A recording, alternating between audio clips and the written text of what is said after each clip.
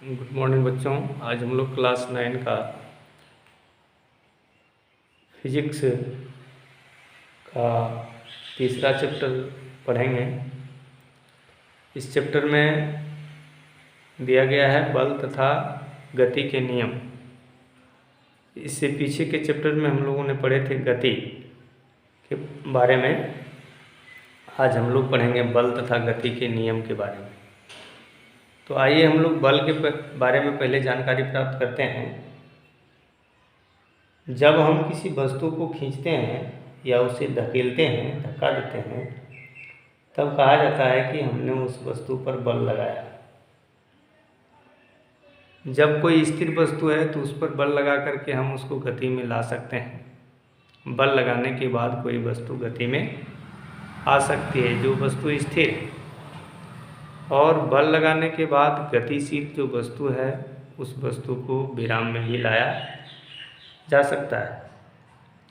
इस प्रकार से बल के द्वारा जो है विभिन्न प्रकार के वस्तुओं में हम लोग परिवर्तन ला सकते हैं। गतिमान वस्तु को रोक सकते हैं, उसकी दिशा को बदल सकते हैं, या विराम की वस्तु अर्थात जो वस्तु गति में नहीं है उसकी दिशा को बदल सकते हैं, उसको गति में ला सकते हैं।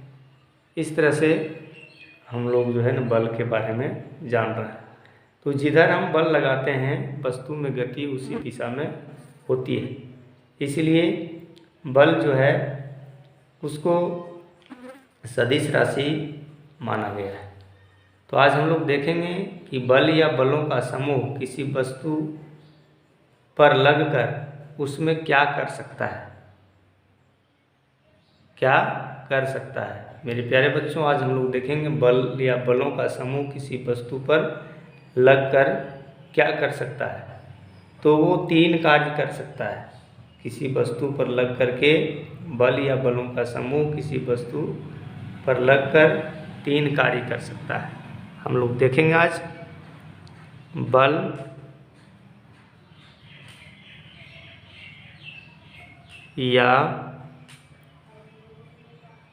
या बलों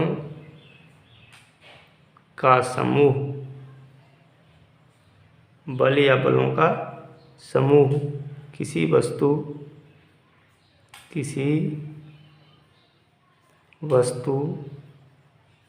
पर लगकर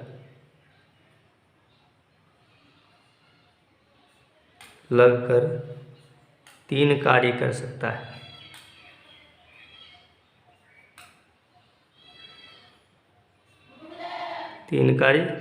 है। देखिए पहला काम क्या करेगा। पहला करेगा बल या बलों का समूह किसी वस्तु की चाल में परिवर्तन ला सकता है। बल या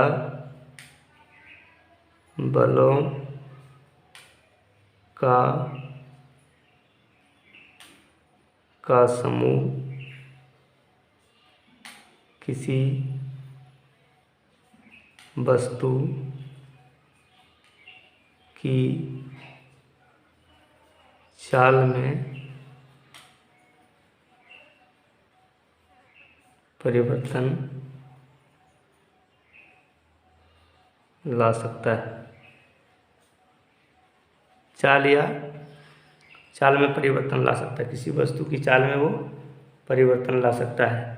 दूसरा जो काम होगा वो क्या करेगा, बल या बलों का समूह किसी वस्तु की गति की दिशा में परिवर्तन ला सकता है। बल या बलों का समूह किसी वस्तु की गति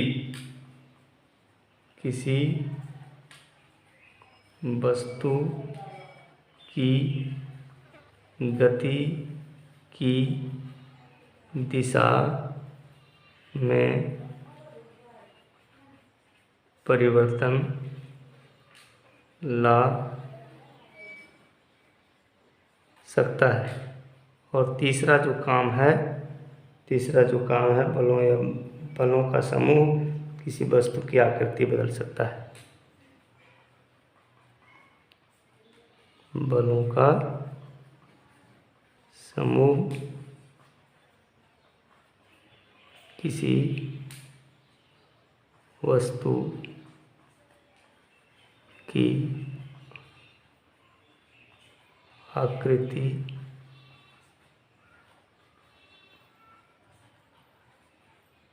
बदल सकता है। ये 3 काम बल के द्वारा किया जा सकता है। कितने काम? 3 कार्य। 3 कार्य जो है बल के द्वारा किया जा सकता है। किसी वस्तु पर जब बल लगेगा तो 3 काम वो कर सकते हैं। अब हम लोग देखेंगे बल क्या है। एक सदिश राशि है। जैसे बल हमने लगाया तो बल जिधर लगाया उधर ही उसका दिशा भी होगा, इसलिए, और बल का परिमाण भी होगा। परिमाण और दिशा बल में दोनों है, इसलिए बल एक सदिश राशि है। बल क्या है? बल एक सदिश राशि है। जैसे मान लीजिए कि एक गुटका ये रखा हुआ है, एक जो है ये गुटका रखा हुआ है। इस पर हमने इधर से बल को लगाया, F को लगाया, F फोर्स हो गया, बल को लगाया। तो बल लगाया तो वस्तु किधर खिसकेगा? इधर। तो बल इधर से इधर जब हम धक्का दे रहे हैं तो बल जो है इधर के बल की दिशा में ही वस्तु में क्या हो रहा है? ये वस्तु जो है चल करके यहाँ पर चली आएगी। तो इसमें बल की दिशा में, और इसका परिमाण जो होता है, आप 1 न्यूटन, 2 न्यूटन, 3 न्यूटन का बल लगाएंगे, बल का मात्रक न्यूटन होता है, इसको लगाते हैं तो परिमाण और दिशा इसमें दोनों होता है, इसलिए बल को सदिश राशि माना गया है। इस प्रकार से हम लोग जानेंगे। अब बल जो है क्या है? सदिश राशि है, क्योंकि इसमें दिशा और परिमाण दोनों होते हैं। अब हम लोग सीखेंगे लगाव बिंदु। किसके बारे में? लगाव बिंदु। जब हम किसी वस्तु पर बल लगाया, जैसे मान लिया जाए कि ये कोई वस्तु है, ए बी सी डी या आयताकार कोई वस्तु है, तो यहाँ पर हमने बल लगाया, तो जिस बिंदु पर बल लगाया वह बिंदु लगाव बिंदु कहलाएगा। तो लगाव बिंदु के बारे में जानेंगे परिभाषा की। लगाव बिंदु किसे कहते हैं? इस चैप्टर में लगाव बिंदु पूछ देगा कि क्या है लगाव बिंदु, यानी point of action. Point of action, लगाव बिंदु। देखिए इसको हम किस तरह से परिभाषित कर सकते हैं। वह बिंदु जिस पर बल लगता हो, वह बल का लगाव बिंदु कहलाता है। मतलब जहाँ पे बल लगाया, जैसे कोई वस्तु ये ABCD वस्तु है, इस बिंदु पर बल लगाया तो ये लगाव बिंदु कहलाएगा। वह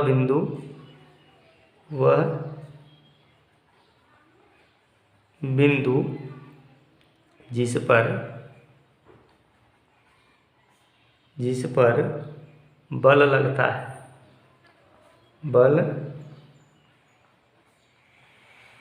लगता है, उसे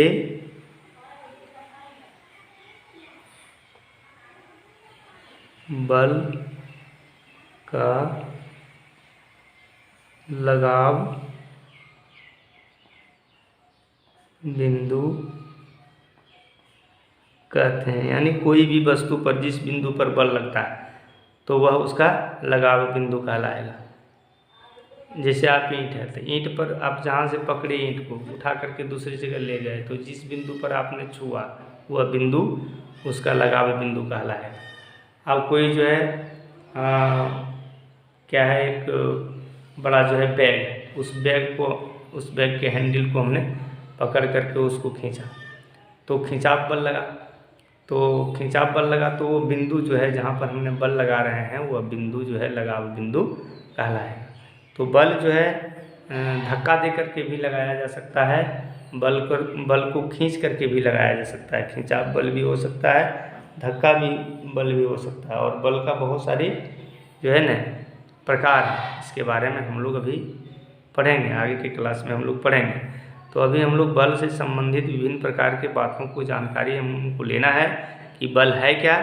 तो अभी बहुत सारी चीज़ों के बारे में जाना कि बल या बलों का समूह क्या कर सकता है, कौन सा काम कर सकता है, इसके बारे में हम लोगों ने देखा। बल राशि क्या है, सदिश राशि है क्योंकि दिशा और परिमाण इसमें दोनों होते हैं, इसके बारे में जाना। और लगाव बिंदु के बारे में जाना, यानी जहाँ पर जिस बिंदु पर बल को लगाया जाता है वह बिंदु को लगाव बिंदु कहते हैं।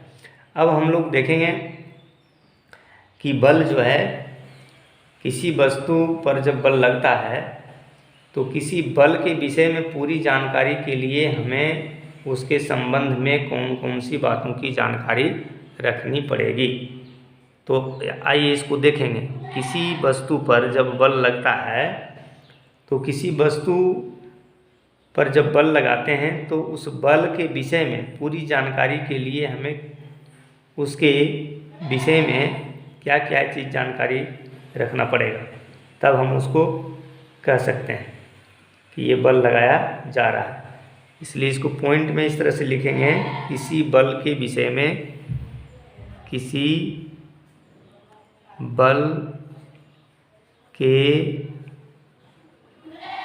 विषय में, किसी बल के विषय में पूरी जानकारी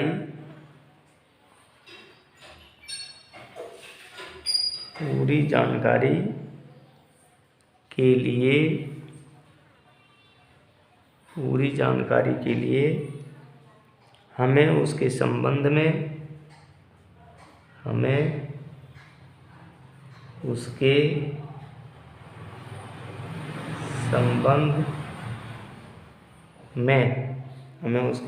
में निम्नलिखित बातों का ज्ञान होना आवश्यक है।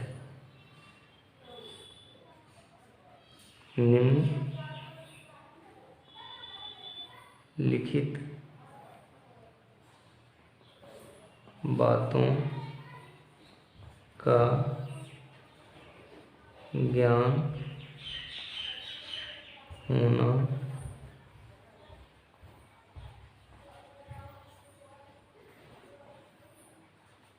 आवश्यक है।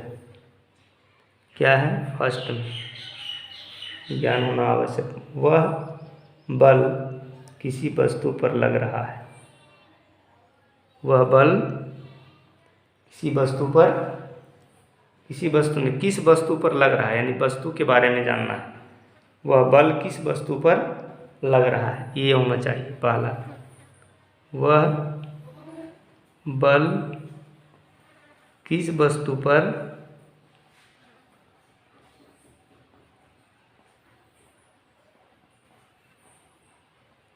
लग रहा है, इसकी जानकारी होनी चाहिए।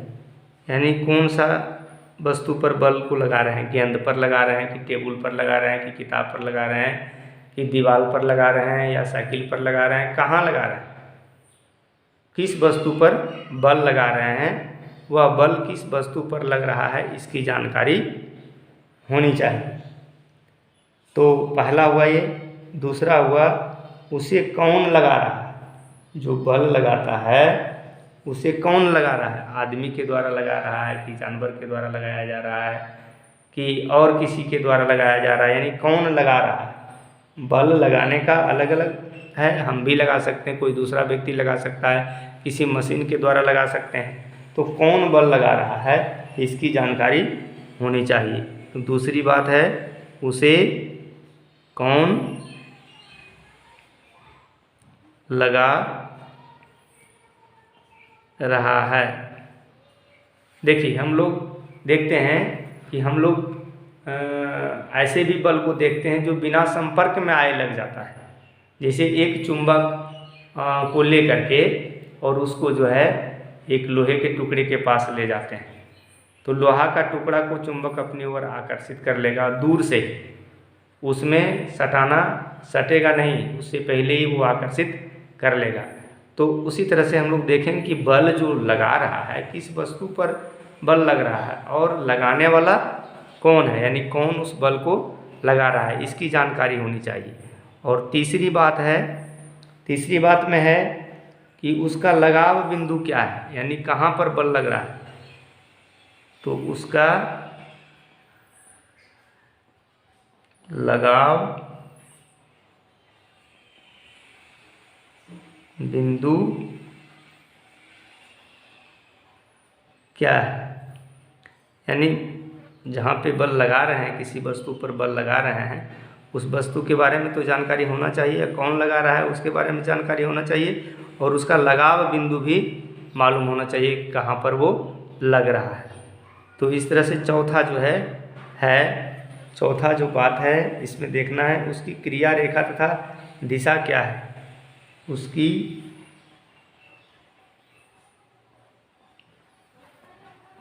क्रिया रेखा तथा दिशा क्या है, यानी बल किस दिशा में लगा रहे हैं। जिसे हम लोगों ने देखा पहले में यहाँ पर कि बल एक सदिश राशि, इसको समझाने के क्रम में जब बल लगता है तो सदिश राशि कैसे इसको बोलेंगे। तो बल जब लगा रहे हैं तो इसमें दिशा है, से इधर से अगर हम इसको बनाते हैं इस तरह से, तो ये हो गया नॉर्थ, हो गया साउथ, ये हो गया ईस्ट, और ये हो गया वेस्ट। इस तरह से ईस्ट वेस्ट नॉर्थ साउथ होता है दिशा।